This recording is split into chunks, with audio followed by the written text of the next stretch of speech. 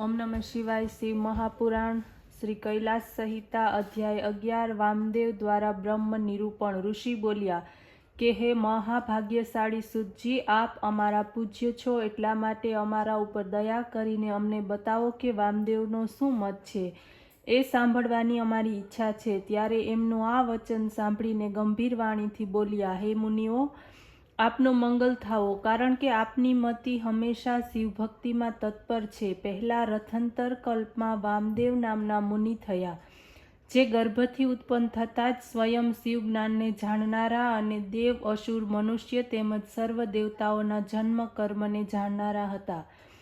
તેઓ સર્વ શરીરમાં ભસ્મ લગાવી જટા મંડળ મંડિત, ઈચ્છા રહિત, નદ્ર અને અહંકાર રહિત હતા। તેઓ હંમેશા દિગંબર, મહાજ્ઞાની અને બીજા શિવના સમાન પોતાના ચરણમાં સ્પર્શથી પૃથ્વીને પવિત્ર કરતા હતા। આ રીતે વિચરણ કરતા તેઓ બ્રહ્મમાં જ લીન રહેતા હતા। એમણે એક સમયે મેરુના દક્ષિણ કુમાર શિખર પર જઈને સ્કંદની સાથે મેળાપ કર્યો, જ્યાં સ્કંદ નામક સાગરના સમાન એક સરોવર છે, જેમાં ઠંડુ અને સુસ્વાદુ જળ છે।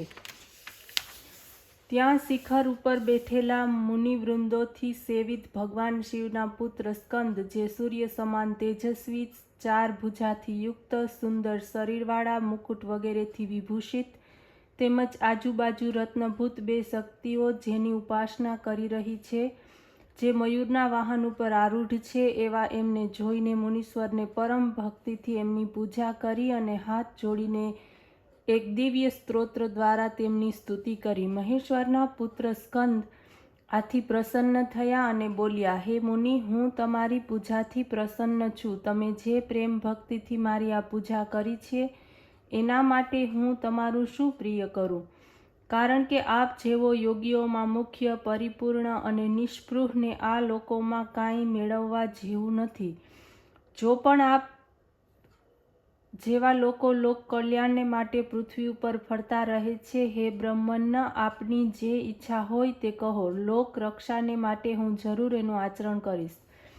ત્યારે સ્કંદના આ વચન સાંભળીને મહામુનિ વામદેવ પ્રસન્ન થયા અને મેઘ જેવી ગંભીર વાણીથી બોલ્યા, હે ભગવાન, આપ પર અપરના સ્વામી, સર્વજ્ઞ, સર્વના કર્તા અને સર્વશક્તિને ધારણ કરનારા છો। અમારા જેવો જીવ આપના ગુણ વર્ણન કેવી રીતે કરી શકે? આ તો આપની કૃપા છે, જે આપ અમને આ પ્રમાણે કહો છો। હે મહાભાગ, હવે હું આપને પૂછું છું કે